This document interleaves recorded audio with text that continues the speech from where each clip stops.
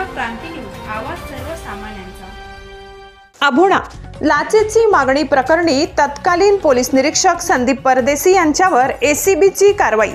दोघांवर अभोणा पोलिसात गुन्हा दाखल।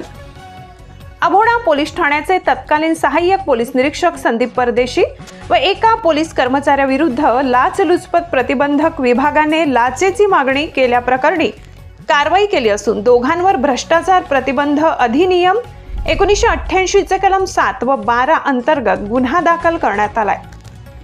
मिळालेल्या माहितीनुसार 12 ऑगस्ट 2025 रोजी तक्रारदार आणि त्यांच्या मित्रांवर दाखल असलेल्या गुन्ह्यात मदत करण्याच्या मोबदल्यात आरोपींनी 7 जणांकडून प्रत्येकी 15,000 रुपये आणि तक्रारदाराचा मित्र गोपाल शेखावत यांच्या जुन्या प्रकरणात मदतीसाठी 25,000 रुपये अशी एकूण 1,30,000 रुपयांच्या लाचेची मागणी केली होती।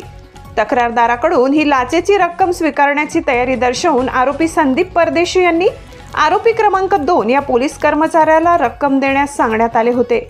संबंधित कर्मचाऱ्यानेही ती रक्कम स्वीकारण्याची तयारी दाखविल्याने दोघांविरुद्ध लाचलुचपत प्रतिबंधक विभाग नाशिक यांनी गुन्हा नोंदविला आहे।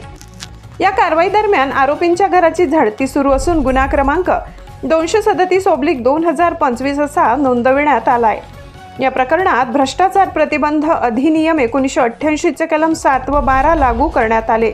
सदर कारवाई वरिष्ठ अधिकाऱ्यांचे मार्गदर्शनाखाली सापळा अधिकारी एकनाथ पाटील, पोलीस उपअधीक्षक लाचलुचपत प्रतिबंधक विभाग नाशिक आणि श्रीमती नेहा सूर्यवंशी, पोलीस निरीक्षक लाचलुचपत प्रतिबंधक विभाग नाशिक यांच्या पथकाने केली। दरम्यान या घटनेने पुन्हा एकदा अभोणा पोलीस ठाण्याचे नाव लाचलुचपत प्रतिबंधक विभागाच्या डायरीत नोंदवले असून परिसरात मोठी खळबळ उडाली आहे। महाराष्ट्र क्रांती न्यूज साठी वृत्त संकलन विभाग, अभोणा, कळवण। अशाच नवनवीन बातम्या पाहण्यासाठी आमच्या महाराष्ट्र क्रांती न्यूज या YouTube चॅनलला लाईक करा, सबस्क्राइब करा आणि बेल आयकॉनला प्रेस करा।